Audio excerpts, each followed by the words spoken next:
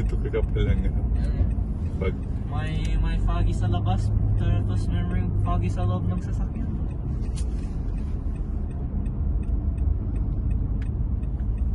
Dahan-dahan, nakakatakit. By the way guys, kung hindi nyo nagets yung joke ko, ako yung foggy. So foggy daw si kuya. So foggy.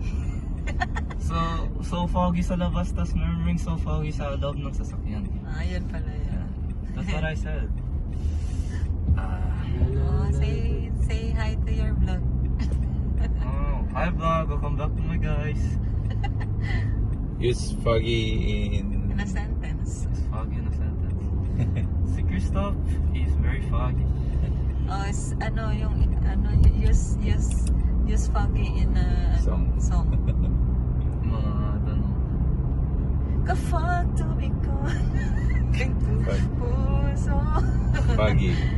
Ano yung foggy? Babalik pa rin sa yakap mo. Hanggang sa huli. Foggy. Doesn't it look like we're driving